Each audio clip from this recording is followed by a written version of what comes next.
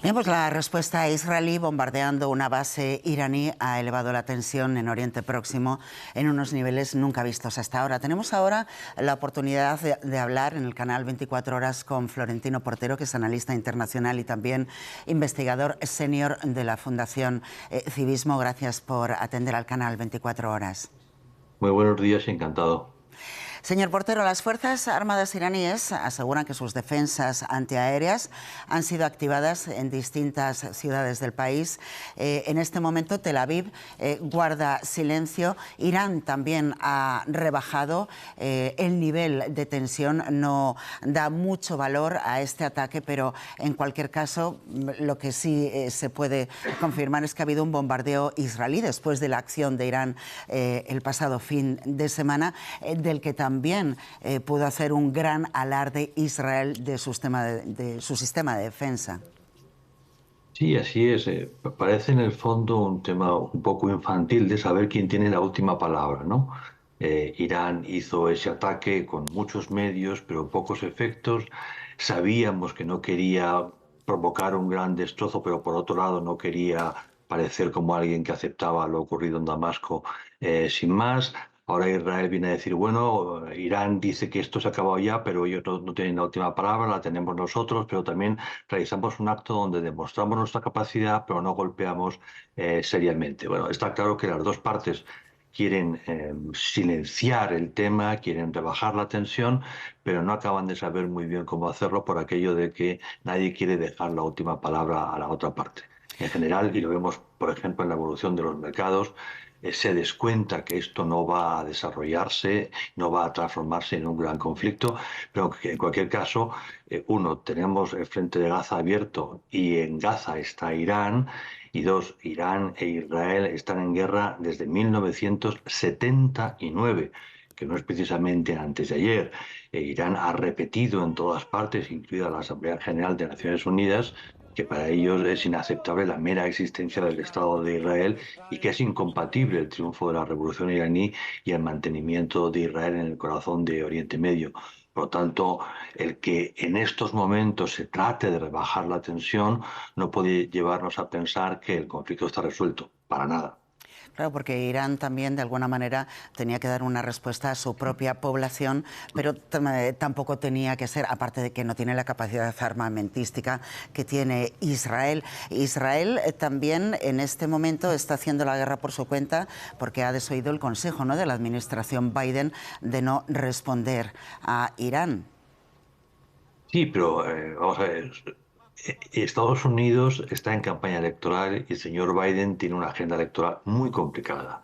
Y eso le lleva a fijar posiciones en política internacional, tanto en Ucrania como en la crisis de Oriente Medio, muy marcada por sus necesidades. Al mismo tiempo, el gobierno de Israel tiene la suya. La sociedad israelí no hubiera entendido para nada que Israel no respondiera. En el fondo, Estados Unidos entiende a Israel, Israel entiende a Estados Unidos, cada uno tiene sus necesidades, pero sencillamente el gobierno de Israel desde el primer momento dijo que continuaría avanzando en Gaza hasta destruir militarmente a Hamas. Políticamente es imposible porque están dispersos por distintas partes del mundo y porque Hamas es un movimiento político, no es solamente una guerrilla, y muchos ciudadanos participan del credo de la hermandad musulmana en Palestina, pero por lo tanto hasta que no liquiden a la cúpula militar de Hamas no van a parar. Eso en estos momentos pues para Estados Unidos es un problema porque en los 6, 7 estados claves en los que se está jugando la presidencia de Estados Unidos hay un votante anti-israelí muy importante y el presidente Biden se juega a que esos votantes por lo menos se abstengan y eso sería letal para sus intereses. Claro, ahora mismo, como usted decía, elecciones en Estados Unidos en el horizonte, Israel con 3 frentes abiertos, entre tanto el norte en la frontera con Líbano, también en Gaza, ahora Irán, también nos lo estaba comentando usted. El ministro Netanyahu también está siendo muy contestado en su país. Entonces, ¿cómo puede hacer frente a esta situación? Son en el fondo dos temas distintos. O sea, el presidente Netanyahu ya tenía un nivel de rechazo muy importante antes del ataque terrorista de Hamas en Israel, derivado de un intento de, digamos, limitar la separación de poderes entre el poder ejecutivo y en parte el legislativo y el poder judicial. Quería limitar la capacidad de los jueces. Eso en un marco determinado porque él está siendo juzgado y lo tiene francamente mal. Todo eso llevó a una enorme movilización popular diciendo es absolutamente inaceptable que el Ejecutivo trate de controlar al Poder Judicial para beneficio concreto del presidente, del primer ministro, señor Netanyahu. Eso llevó además a la formación de un gobierno muy singular, muy radical, con gente de los partidos religiosos manifiestamente mejorables, con representantes de los colonos que atentan cotidianamente contra la ley, y en todo eso evidentemente afectaba a Netanyahu. Una vez se produce el atentado, el tema se agrava por dos razones. Primero, por el fallo de inteligencia. Al fin y al cabo, el primer ministro es responsable de la inteligencia. Y en segundo lugar, y esto es lo más grave, porque él había trasladado tropas que tenían como misión proteger la frontera de Gaza para llevarla a Cisjordania, dando respaldo a los colonos que estaban haciendo lo que no debían hacer. Esto ha incrementado enormemente la tensión dentro de Israel y el presidente de gobierno, el primer ministro Netanyahu, hoy está en horas bajísimas. Por lo tanto, cabe pensar que si hay elecciones, evidentemente no seguirá. Pero más allá de los problemas de Netanyahu, está la sociedad israelí y está la visión israelí de las cosas. Cuando hablamos del seguimiento de la guerra, recordemos que junto al gobierno de la nación hay un gobierno de guerra donde está el jefe de la oposición y donde están los militares básicos. Está el jefe del Estado Mayor, está el general encargado del Frente de Gaza. Es básicamente un entorno militar, entre otras cosas porque el jefe de la oposición es un militar, ha sido jefe de Estado Mayor y ha sido ministro de Defensa. Por lo tanto, es alguien que está muy al tanto de las cosas. Ahí lo que percibimos es una cohesión. Es decir, no que llegamos a la tentación de decir es que Netanyahu tiene su agenda, no. La guerra la dirige una unidad política donde están representados todos.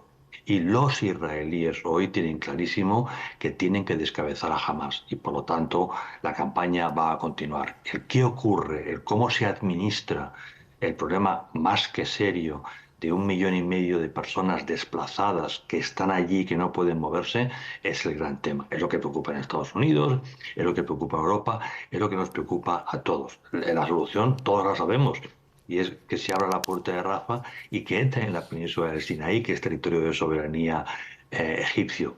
Al mismo tiempo, todos entendemos que Egipto diga, mire, no, ya tenemos suficientes problemas, yo he dado un golpe de Estado en Egipto para acabar con los primos hermanos de Hamas, que son los hermanos musulmanes, no quiero volver a tenerlos dentro y tampoco confío en que Israel, llegado el momento, permita que esta gente vuelva a Gaza. Entonces, bueno, ese es hoy el gran tema.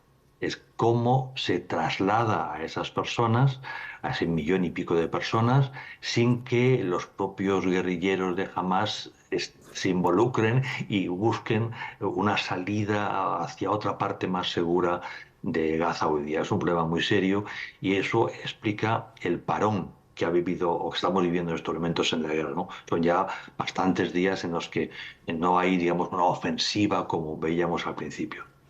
Una última cuestión, hablábamos de Por favor. grandes momentos. ¿Es un buen momento para propiciar el reconocimiento del Estado palestino? ¿De qué tipo de Estado palestino estaríamos hablando, señor Portero? Y bueno, o sea, la doctrina de que la solución del conflicto de la gente que vive entre el río Jordán y el Mediterráneo es una doctrina que viene del año 1947. Es una resolución de la Asamblea General de Naciones Unidas. De memoria le diría que es la 181, pero mi memoria es un desastre. Y ahí se establece el principio de dos estados.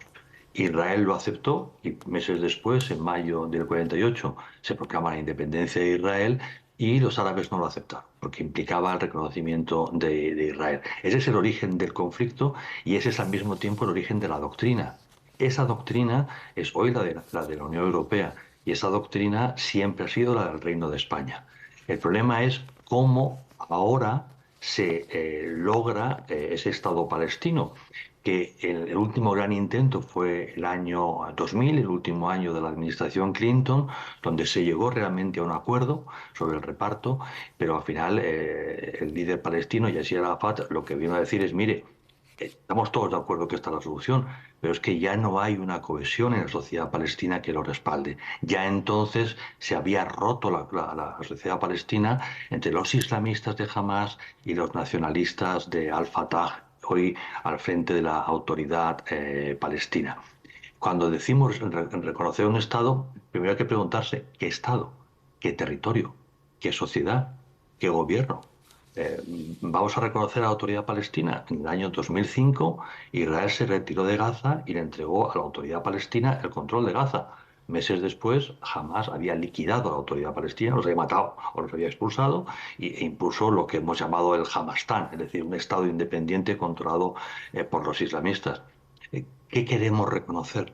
Una cosa es nuestra voluntad de reconocer y resolver, porque la causa palestina es una causa legítima.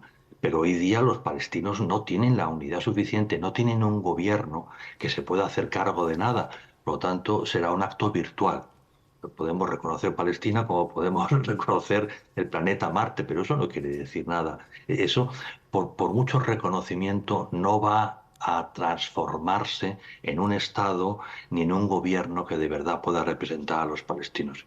Son los palestinos los que tienen que resolver ese problema. Y a continuación, otros encantados, como no, en reconocerlo.